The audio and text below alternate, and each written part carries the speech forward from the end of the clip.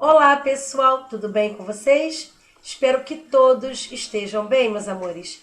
Aqui é a professora Andréa Santos, de Literatura, e conforme o combinado no roteiro de estudos, hoje nós iremos falar sobre o romantismo no Brasil, tá? Lá no livro 3 de Literatura, capítulo 11, ok? Nós já estudamos anteriormente, né?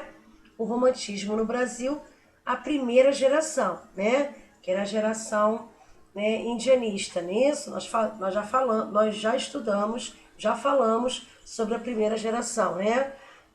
Sobre a primeira geração romântica no Brasil, né? E agora, né, falamos sobre poesia indianista e tudo, né? Agora nós vamos dar continuidade falando sobre a segunda geração e também sobre a terceira geração do romantismo no Brasil, tá, pessoal? Bom, falando sobre o romantismo no Brasil, a segunda geração, tá? Conhecida também como geração ultrarromântica, tá? Foi o período que correspondeu os anos de 1853 a 1869. E também ficou conhecida, né, como geração mal do século, né? Ela também era conhecida como geração ultrarromântica e também geração mal do século.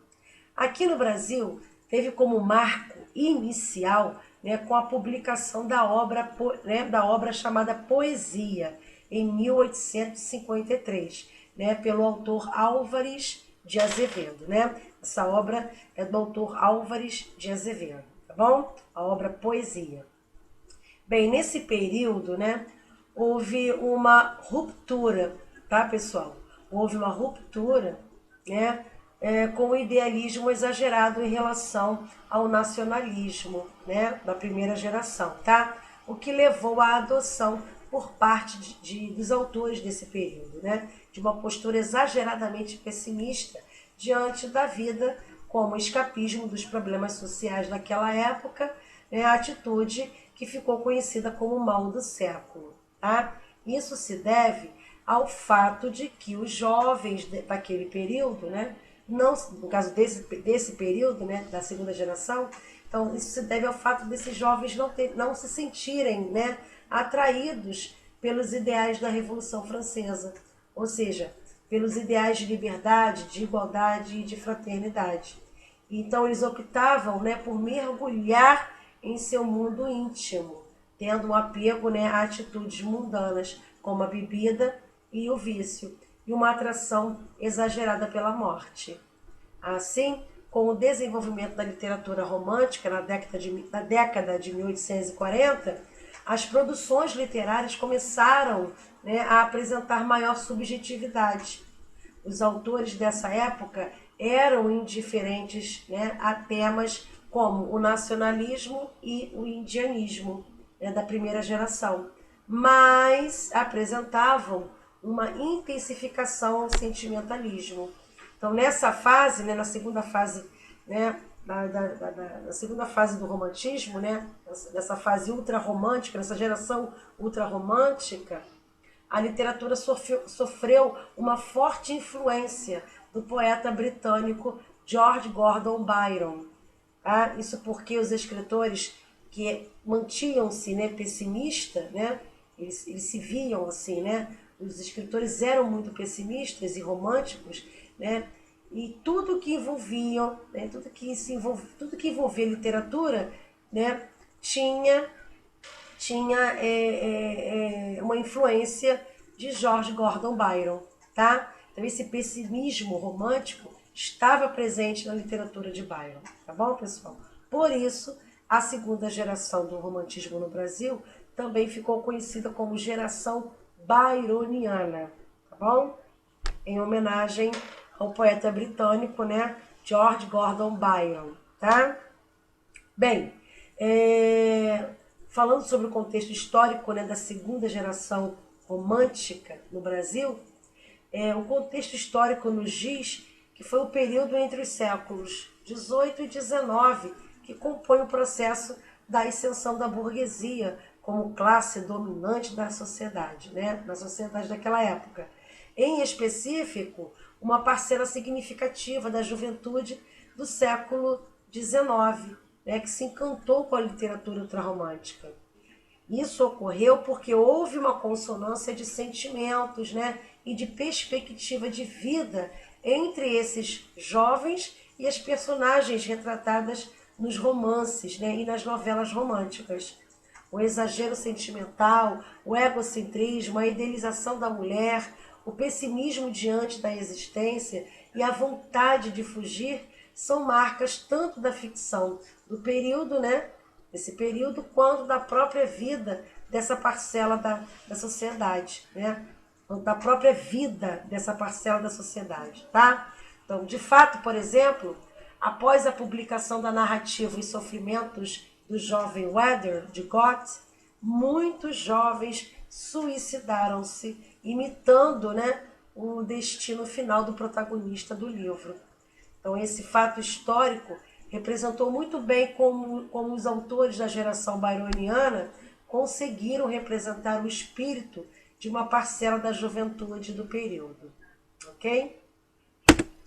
Bom, agora eu vou falar sobre as características do romantismo, né, da segunda geração, tá? Então, eu separei, né, para falar para vocês sobre algumas das principais características da segunda geração romântica, tá? Entre elas estão o egocentrismo, né? Porque nas obras ultrarromânticas, pessoal, era notável um claro enfoque no sujeito em detrimento do mundo, e em muitas obras, inclusive, o espaço externo, né? O espaço externo ao eu é apenas o cenário para a existência da personagem.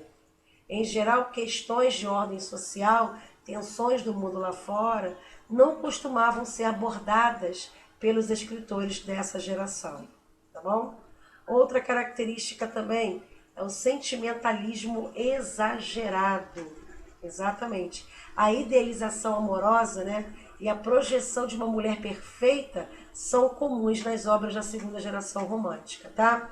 O amor e a amada são quase sempre utopias inatingíveis, ok?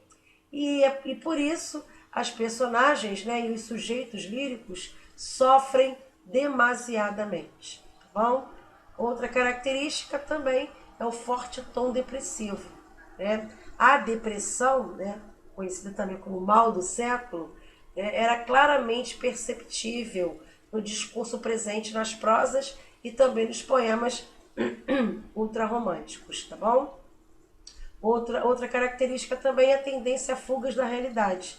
Então, diante de um presente desastroso, marcado pela solidão e também pela desilusão amorosa, as personagens, né, e os sujeitos líricos da segunda geração romântica apresentavam discursos em que exaltavam o desejo de fugir da realidade. Essa fuga mostrava-se de diversas formas, como mediante o desejo de morrer, por meio da exaltação da boemia desregrada, né? Ou ainda fugindo para a infância, ok? Outra característica também é o gosto pelo delírio, né, e pelo macabro. Ou seja, a tematização do grotesco, do macabro e de situações de delírio são comuns em narrativas ultrarromânticas, ok? Bom, outra característica também é a ironia romântica. Trata-se de um conceito utilizado para definir um certo comportamento comum entre os autores da segunda geração romântica, tá bom? Tal comportamento resume-se em apresentar um alto grau de criticidade em relação às próprias produções ultrarromânticas, ok, pessoal? Bom, ainda, né, falando sobre as características do romantismo, quero deixar bem claro que a fuga dessa realidade sempre ganhava contornos trágicos, tá? Os heróis românticos encontravam na morte uma solução para os seus problemas existenciais, podendo chegar inclusive ao suicídio. Isso acontecia porque, de acordo com o pensamento romântico, o indivíduo que vivia em constante conflito com a sociedade, tornando-se uma espécie de desajustado, vamos dizer assim, né? Bem, agora eu vou falar sobre alguns escritores que mais se destacaram nessa fase, tá? da segunda geração, né, do romantismo no Brasil. Bom, nós temos aqui Casimiro José Marques de Abreu, né, que foi poeta brasileiro, né, foi um poeta brasileiro, autor do célebre poema Meus 8 anos, né, Meus 8 anos. E ademais podemos destacar as obras As Primaveras, Saudades e Suspiros, né, de Casimiro de Abreu.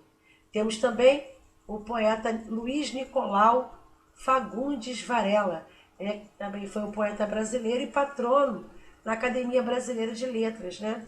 Fagundes Varela, inclusive, foi um importante escritor da literatura romântica brasileira, tá?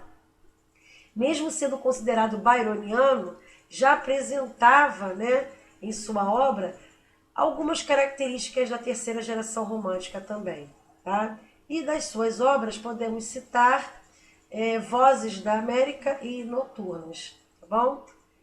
Noturnas, né? Temos também o poeta Luiz José Junqueira Freire, né? Bom, o poeta Junqueira Freire foi um monge, sacerdote e também poeta brasileiro, com uma obra muitas vezes considerada conservadora, abordou temas como horror, desejo reprimido, sentimento de pecado, né, revolta, remorso e obsessão de morte. Podemos citar aqui, né, como uma das suas obras, né, as inspirações do claustro. Bom, temos também, né, que eu deixei aqui em destaque, o poeta Álvares de Azevedo, né? Eu deixei ele em destaque porque Álvares de Azevedo ele foi escritor contista, dramaturgo, poeta e ensaísta brasileiro, tá? Destacaram-se aqui, né, como suas principais obras, né, Três Liras e Noite na Taverna, tá, pessoal? Então, Álvares de Azevedo eu destaquei aqui como representante principal da segunda geração do romantismo no Brasil, porque ele foi considerado, né, uma das principais expressões da geração ultrarromântica da nossa poesia, tá? Ele era paulista, né, fez os estudos básicos no Rio de Janeiro e cursava o 5º ano de Direito em São Paulo, quando sofreu um acidente, cujas complicações o levaram à morte com apenas 20 anos de idade, tá? Então, o escritor cultivou a poesia, a prosa e também o teatro. Toda a sua produção, que no caso foram 7 livros, discursos e cartas também, foram escritas em apenas 4 anos, tá? Foram escritas em apenas 4 anos, período em que era estudante universitário ainda. Ok? Agora nós vamos falar da terceira geração do romantismo no Brasil. Bom, aqui percebe-se, né, que os autores possuíam um sentimento de revolta, né, de muita revolta contra a escravidão, utilizando-se, né, dos elementos da natureza para questionar a Deus sobre sua indiferença diante de tanta maldade que se via no processo de escravidão dos afrodescendentes. Então, esses temas em que se vê uma preocupação social, né, e a denúncia da escravidão são característicos dessa geração do romantismo no Brasil, tá, pessoal? Então, muitos participantes e influenciadores do processo político, social e cultural do Brasil da época, né, dessa geração, tinham o tema da liberdade como principal, né, nas suas produções artísticas, tá? Então, esse fato contribuiu para o uso da ave côndor, que, né, era um símbolo desse período do romantismo. Por conseguir voar muito alto, né, e por ter uma visão mais ampla, né, os românticos identificaram-se com a liberdade deste animal e inspiraram-se nele, né, para dar voo à imaginação em busca da liberdade, ou seja, representava a visão dos poetas sobre si mesmos, né, enquanto possuidores de anseios elevados. Assim, essa geração ela desloca o centro da atenção no eu, né, presente na geração anterior, no caso a primeira a segunda geração, né, para o outro, né, do mundo interno para o mundo externo, para os problemas sociais, né? Atitude muito influenciada pelo escritor francês Victor Hugo. E por essas influências, essa terceira geração também ficou conhecida como geração condoreira, por causa da ave, né? Da ave condor. E também ficou conhecida como geração hugoana, né? Pelas influências, né, do escritor francês Victor Hugo, ok? Bom, falando sobre o contexto histórico da terceira geração romântica no Brasil, né? A terceira geração romântica, ela acontece por volta dos anos de 1870 a 1880 aqui no Brasil, tá? Período marcado, né, pela frente abolicionista, da qual participaram muitos autores importantes. Também é lembrado, né, pelo atrito entre o republicanismo e a monarquia vigente. Aqui nós temos escritores como Tobias Barreto, Rui Barbosa, Silvio Romero e Capistrano de Abreu, influenciados, né, pelos pensadores como Auguste Comte e Charles Darwin. Fizeram frente à monarquia e também ao escravismo, cuja crise resultou na chegada de imigrantes europeus. Então, eu estou falando aqui o contexto histórico, tá, pessoal? Então, a terceira geração romântica, ela reagiu ao isolamento e ao individualismo da segunda geração e à ideologia étnica da primeira geração. Só para lembrar, a primeira geração romântica foi aquela que quis representar o povo brasileiro como resultado, né, da união de duas etnias, o branco europeu e o índio, né, sem considerar o negro, parcela mais populosa, inclusive, né, no projeto nacionalista brasileiro. O que era de se supor, né, numa sociedade tão escravocrata, que foi uma das últimas a proclamar a abolição. Então havia então, né, uma disputa entre os autores de gerações distintas, né, e ocorreu por meio de cartas publicanas em jornais e revistas, como a que envolveu Franklin Távora e José de Alencar. Bom, Franklin Távora acusava José de Alencar de não retratar verdadeiramente o povo brasileiro, né, nos livros como O Gaúcho e Iracema, uma vez que deixava os negros de lado, né? Deixava os negros de lado. Então, as acusações entre os autores de cada geração revelaram, né, a aspiração por uma representação mais realista da vida e do cotidiano brasileiro. Assim sendo, né, a terceira geração romântica lembra a primeira geração pelo nacionalismo, mas se distancia por substituir o tom patriota ufanista por uma pauta crítico-social específica em oposição ao governo. Tobias Barreto e Silvio Romero estiveram entre os primeiros autores a sugerir mudanças desse tipo no movimento romântico. Tá bom? Bem, Joaquim Nabuco, né, que era deputado pelo Partido Liberal da época, também integrou a lista com o abolicionismo de 1883, onde teoriza a defesa da abolição. Outros autores importantes do período, como Rui Barbosa, Américo Campos e Luiz Gama, né, todos eles participaram ativamente também. E no campo da poesia, notabilizou-se também o poeta Souza Andrade, né? Bom, os esforços pela abolição, porém, já vinham ocorrendo, com a lei Eusébio de Queiroz, que proibia o tráfico negreiro. Na época, também foi decisiva, né, a aprovação da Lei do Ventre Livre, em 1871, que determinava que todos os filhos de escravos, né, nascidos a partir daquela data seriam livres. Ok, pessoal? Bom, falei o contexto histórico e também agora gostaria de falar para vocês alguns apontamentos aqui, referentes à terceira geração romântica. A poesia da terceira geração não é mais voltada para o ego, mas para a sociedade. Os poetas condoreiros estavam comprometidos com o abolicionismo e também com a república. A linguagem é grandiloquente, né, com o fim de a fim de convencer, né, pela oratória, o público leitor a respeito das ideias que eles pregavam.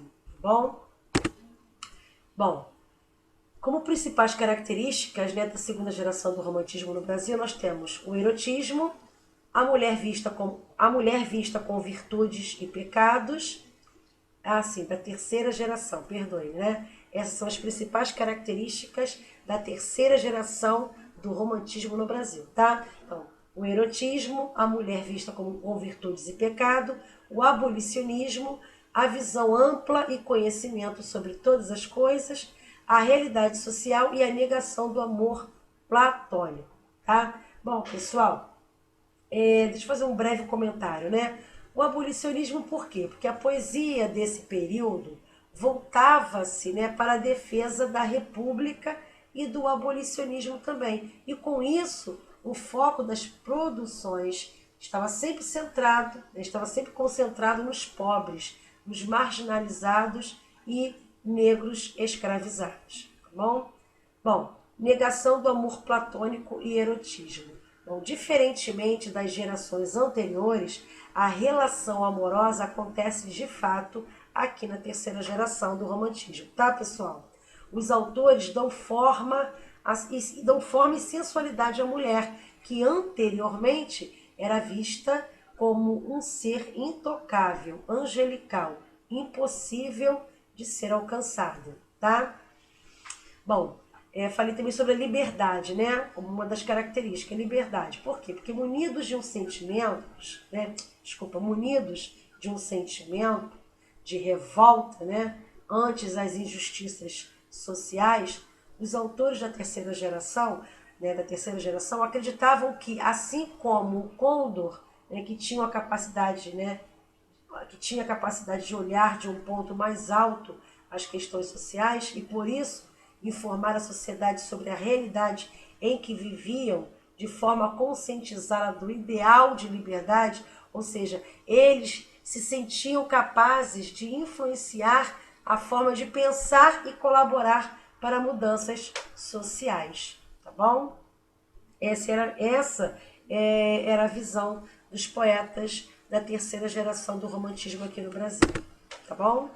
Bom, falando sobre os principais autores, né, da terceira geração, nós temos aqui, eu destaquei no caso aqui, o poeta Castro Alves. É claro que nós temos, né, outros poetas também muito importantes que participaram da terceira geração do romantismo, né? Eu tenho aqui Joaquim de Souza, né? Joaquim de Souza Andrade, também conhecido como Souza Andrade, né? Que foi um escritor e poeta maranhense, muito influente na literatura brasileira, né? Em 1857 ele publicou seu primeiro livro de poesia, né? Chamada Harpas Selvagens, né? Harpas Selvagens, em 1857. E temos também outro poeta muito importante, Tobias Barreto de Menezes, também, né, filósofo, crítico brasileiro e também poeta, né, notável pelos seus poemas românticos, com grande influência do escritor Victor Hugo. Né?